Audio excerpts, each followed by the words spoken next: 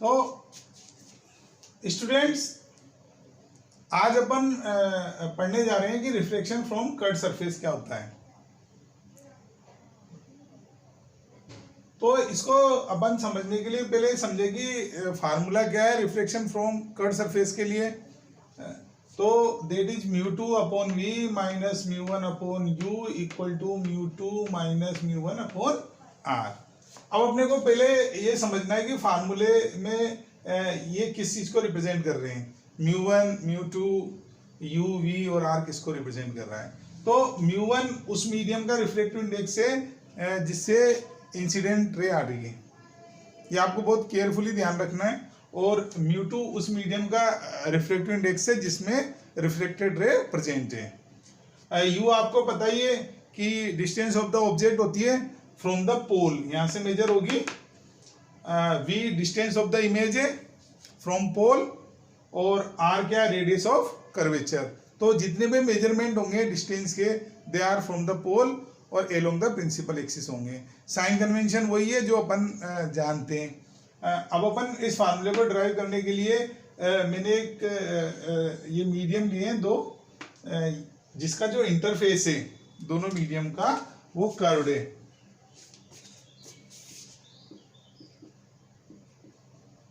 अभी तक अपन ने देखा था कि इंटरफेस क्या था, प्लेन था, लेकिन यहाँ पे इंटरफेस क्या है, कर्व्ड है। इस साइड का मीडियम का जो रिफ्लेक्टिव इंडेक्स है दैट इज μ1 और इस साइड का जो रिफ्लेक्टिव इंडेक्स है that is μ2। Here we suppose μ2 is greater than μ1। अब अपन ने ये इसका प्रिंसिपल एक्सिस है जो पोल से पास हो रहा है। यहाँ पर अपन ने एक पॉइंट ऑब्जेक्ट सपोज किया है, इससे कोई रे इंसिडेंट हो रही है तो ए क्या हो गया, पॉइंट ऑफ इंसिडेंस हो गया। और आफ्टर रिफ्लेक्शन चूंकि ये डेंसर मीडियम है तो ये टुवार्ड्स द नॉर्मल शिफ्ट हो गई और एक रे ये है जो एलोंग का नॉर्मल आ रही है, तो ये यहाँ पर इंटरसेक्ट कर गई, यहाँ पे ने इमेज बना दी। तो इस तरीके से ये रियल ऑब्जेक्ट है और ये क्या है, रियल इमेज। तो आप यहाँ पे नोट कर सकते हो कि ये है रियल ऑब्जेक्ट और ये क्या बन गई, रियल इमेज। अब अपन ने क्या सपोज किया है कि ये जो आई है वो तो एंगल ऑफ इंसिडेंस हो गया, क्योंकि मैंने सेंटर से पॉइंट ऑफ इंसिडेंस पे एक लाइन डाल दी। कट सरफेस है तो वो काय का काम कर रही है, नॉर्मल का काम कर रही है। तो ये तो एंगल ऑफ इंसिडेंस हो गया। आर क्या हो गया, एंगल ऑफ रिफ्लेक्शन। अपन ने सपोज किया है कि अल्फा जो है ये जो इंसिडेंट रे है ये प्रिंसिपल एक्सिस से एंगल बना रही है और बीटा जो है वो रिफ्लेक्टेड रे है वो प्रिंसिपल एक्सिस से एंगल बना रही है। और गामा जो है वो जो इसका सेंटर से अपने पॉइंट ऑफ इंसिडेंस पे जो लाइन डाली है वो प्रिंसिपल एक्सिस से गामा एंगल बना रही है। जो भी डिस्टेंस है वो अपन पी से मेजर करेंगे। तो ये तो ऑब्जेक्ट की डिस्टेंस है पीओ, ये क्या है, इमेज की डिस्टेंस है और ये क्या है, रेडियस ऑफ कर्वेचर है, सॉरी। अब अपन इसको ड्राइव करने के लिए अपन ने बाय स्नेल्स लॉ अपने क्या लगा दिया, μ1 sin i equal to μ2 sin r। अब फॉर स्मॉल एंगल अपन जितने भी ऑप्टिक्स में पढ़ रहे हैं अपन पहले पढ़ चुके हैं इस बात को कि सारे के सारे क्या होते हैं, पेरेक्सियल रेज के लिए होते हैं। तो यहाँ पर स्मॉल एंगल के लिए अपन जो है साइन थीटा का इक्वल होता है थीटा के। तो ये रिलेशन क्या हो गया, चेंज हो गया, μ1 i इक्वल टू μ2 r। अब अपन ने दो ट्राइंगल देखे, एक तो OAC, तो यहाँ पर i एक्सटर्नल एंगल है और काई के इक्वल है, रिमेनिंग टू इंटरनल एंगल के। तो आई का के इक्वल है अल्फा प्लस गामा के। तो एक इक्वेशन ये आ गई अपने पास, आई को क्या पुट कर दिया अपन ने, अल्फा प्लस गामा।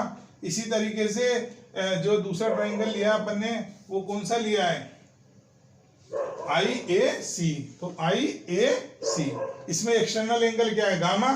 तो गामा का के इक्वल है r प्लस बीटा के। तो मैंने यहाँ पुट कर दिया gamma equal to r plus beta. As such I get the value of r और r का के इक्वल हो गया गामा माइनस बीटा के। अब अपन ने इक्वेशन 1 2 3 से यहाँ पे i की वैल्यू पुट कर दी और यहाँ पर r की वैल्यू पुट कर दी। सो ये μ1 i को क्या पुट कर दिया अपन ने, अल्फा प्लस गामा μ2 और अपन ने r को क्या पुट कर दिया, गामा माइनस बीटा। लेकिन स्मॉल एंगल के लिए अपन ये भी जानते हैं कि साइन थीटा थीटा के इक्वल होता है और थीटा टेन थीटा के भी इक्वल होता है। तो फिर अपन ने अल्फा को टेन अल्फा लिख दिया, गामा को टेन गामा लिख दिया, ये टेन गामा लिख दिया, इसको टेन बीटा लिख दिया। तो अपने पास ये इक्वेशन आ गई। अब अपन ने यहाँ पर इन ट्राइंगल से वैल्यू पुट की है, यहाँ से एक परपेंडिकुलर डाल दिया एम। अब टेन अल्फा को क्या पुट कर दिया अपन ने, ए एम अपॉन एमओ, तो ये टेन अल्फा को A M upon MO put कर दिया। टेन बीटा को क्या पुट कर दिया अपन ने, A M upon M I, तो A M upon tan beta को A M upon M I put कर दिया। और जो गामा है उसको अपन ने A M upon M C put कर दिया, तो गामा को अपन ने A M upon M C put कर दिया, A M upon M C put कर दिया। अब ए एम तो कॉमन है दोनों तरफ, तो ये तो कैंसिल आउट हो गया। और एम किसके क्लोज है, पी के, क्योंकि अपन कौन सी रेज ले रहे हैं, पेरेक्सियल रेज ले रहे हैं जो स्मॉल एंगल पर क्या हो रही है, इंसिडेंट हो रही है। तो अपन ने एम को कैसे रिप्लेस कर दिया, पी से। क्यों रिप्लेस किया, क्योंकि all distances are being measured from P, तो फिर इसको अपन ने पी लिख दिया। तो ये म्यू1 अपॉन पीओ हो गया, ये म्यू1 अपॉन पीसी, ये म्यू2 अपॉन पीसी, और ये म्यू2 अपॉन पीआई हो गया। तो as such we get this relation. अपन इस टर्म को म्यू2 वाली टर्म को इधर ले गए और पीसी वाली टर्म को इधर ले गए, तो ये क्या हो गया, mu two upon PI plus mu one upon PO equal to mu two minus mu one upon PC. अब अपन ने साइन कन्वेंशन अप्लाई कर दिया, तो mu two upon PI, PI incident ray की डायरेक्शन में मेजर हो रहा है, as such it is positive, plus mu one upon PO, PO क्या हो रहा है, इंसिडेंट रे के अपोजिट मेजर हो रहा है, so it is negative, is equal to mu two minus mu one upon PC. PC क्या हो रहा है, इंसिडेंट रे की डायरेक्शन में मेजर हो रहा है, so it is positive, as such we get the relation mu two upon v minus mu one upon u equal to mu two minus mu one upon are.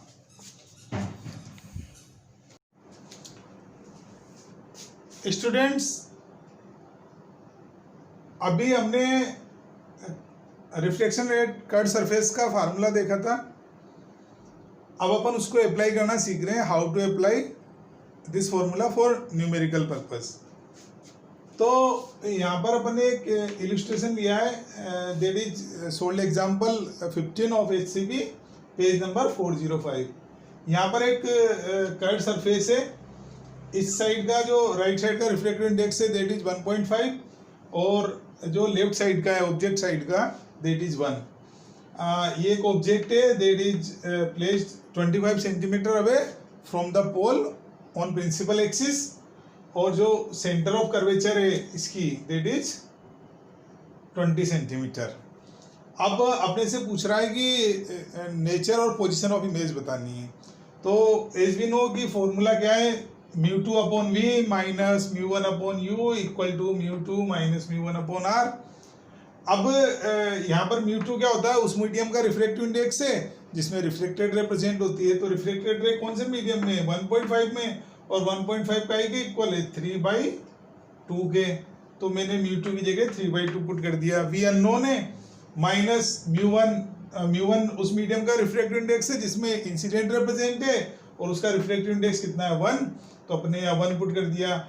Distance of object कितनी है, 25 centimetre, लेकिन incident ray के opposite major हो रही है pole से, so it is -25 is equal to कितना हो गया, म्यू2 है 1.5 माइनस 1 अपॉन आर कितना है +20, प्लस क्यों है, क्योंकि इंसिडेंट रे की डायरेक्शन में मेजर हो रहा है। और अपन ने ये वैल्यू जिसमें पुट कर दिए और इसको सोल्व कर दिया, as such we get v equal to -100 centimetre. अब जो पोजीशन ऑफ इमेज है वो तो 100 सेंटीमीटर आ गई, लेकिन माइनस क्या बता रहा है कि ये इंसिडेंट रे की अपोजिट साइड में बन रहा है। तो अपन ने अगर रे डायग्राम बनाना है तो अपन ने एक पॉइंट ले लिया, ये कितनी डिस्टेंस पर, 100 सेंटीमीटर पर। अब इससे इसको पॉइंट ऑफ इंसिडेंट से मीट कर दिया अपन ने और एक्सटेंड कर दिया, तो ये तो हो गई रिफ्लेक्टेड रे, और इसको पीछे एक्सटेंड कर दिया, तो ये क्या बन गई, इमेज। अब मैं आपको एक और इलस्ट्रेशन बता रहा हूँ और आपको बहुत केयरफुली देखना कि इन दोनों इलस्ट्रेशन में क्या डिफरेंस है। तो यहाँ पर ये this is the problem number 17 sold example HCB page number 405। यहाँ पर क्या है, एक जो है ग्लास का स्फीयर है और उसकी रेडियस कितनी है 10 सेंटीमीटर, रिफ्लेक्टिव इंडेक्स कितना है 1.4, और एक एयर बबल जो है वो इसके सरफेस से 4 सेंटीमीटर अंदर की तरफ है, और अपन इस एयर बबल को देख रहे हैं नॉर्मली ऐसे यहाँ से ना, तो वो कह रहा है कि अपने को एयर बबल कहाँ दिखाई देगा, तो we have to find the position of image of object O. तो अब जो इंसिडेंट रे आ रही है वो 1.5 रिफ्रैक्टिव इंडेक्स से आ रही है, और जो रिफ्लेक्टेड रे है वो 1 रिफ्लेक्टिव इंडेक्स वाले मीडियम में है। तो अपन ने अगेन अप्लाई कर दिया μ2 upon v minus μ1 upon u equal to μ2 minus μ1 upon R. तो μ2 कितना हो गया 1, अपन ने पुट कर दिया क्योंकि ये रिफ्लेक्टेड रे वाला मीडियम है। μ1 कितना है 1.5 या 3/2 कितना है ये μ1, वी अपने को कैलकुलेट करना है, माइनस μ1 को क्या कर दिया 3/2, यू कितना है ये पोल हो गया इसका, इससे 4 सेंटीमीटर इंसिडेंट रे के अपोजिट है, तो अपन ने इसको -4 रख दिया, इक्वल टू μ2 1 है, μ1 1.5 है, और r कितना है -10, ये पुट कर दिया, और अपन ने इसको सोल्व कर दिया तो v की वैल्यू कितनी आ गई -3 सेंटीमीटर। माइनस मीन्स इमेज इधर बन रही है, तो अपन ने जो है ये इमेज इधर से 3 सेंटीमीटर बन रही है, और ऑब्जेक्ट से कोई अपन ने रे लिए यहाँ पे, और ये जो रिफ्लेक्ट होके इस तरीके से चली गई, तो ये रे डायग्राम हो गया। माइनस क्या बता रहा है कि इमेज इधर बन रही है, तो इमेज क्या हो गई वर्चुअल, और ऑब्जेक्ट क्या है रियल।